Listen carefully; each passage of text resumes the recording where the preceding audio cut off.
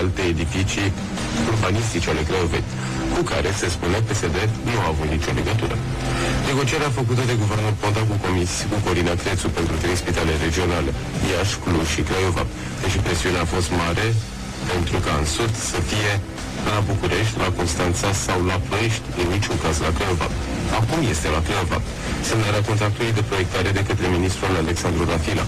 Semnarea contractului de execuție de către același ministru Rafila, împreună cu Marcel Ciolacu, a ministrului fondurilor europene Adrian Căciu, toți de la PSD, și a președintelui Consiliului Județean Dolj, Cosmin Vasile, și a primarului din Craiova.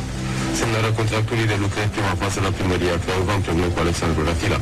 Începerea lucrărilor de execuție unde am pus celebra bordură norocoasă recuperată de pe drumul expres Craiova-Pitești după finalizarea acestui drum, împreună cu președintele Consiliului Județean Dolj. Discuțiile de la primăria Craiova împreună cu proiectanții pentru eliberarea vizelor și autorizațiilor de construcție.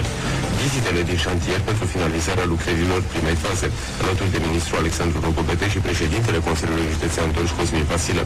Începerea celei de-a doua fază după absorbția fondurilor europene dedicate acestui proiect în prima fază, fonduri europene care reprezintă o foarte mică parte din totalul bugetului dedicat. În cadrul ceremoniei la care am participat alături de Cosmin Vasile și de constructor.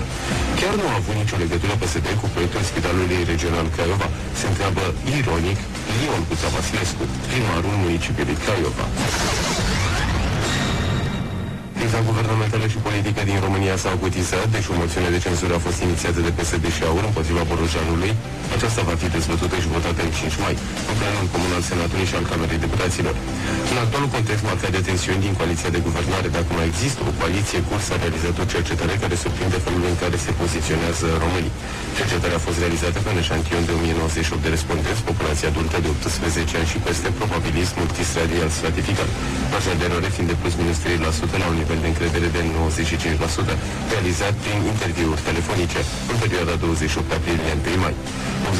81% dintre respondenți spun că au auzit despre tensiunile din coaliția sufletului, în timp ce 10% declară că au auzit doar parțial, iar 6% nu se lacură cu ce se întâmplă.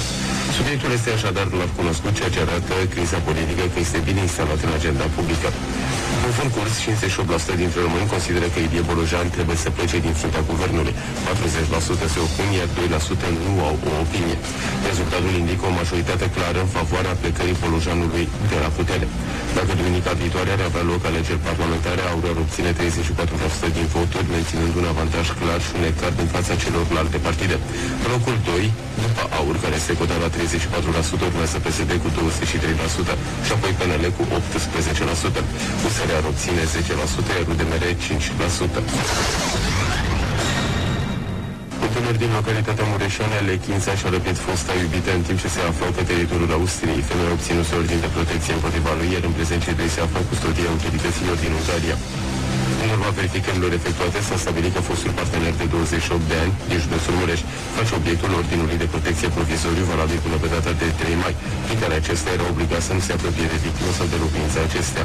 Polițiștii au deschis și ei dosar penal pentru lipsire de libertate, cercetările fiind continuate pentru stabilirea cu exactitate a împrejurărilor în care a avut loc fapta. Acestea au fost știrile orei la Radio Galaxie. Rămâneți în continuare ascultători pe frecvențele noastre.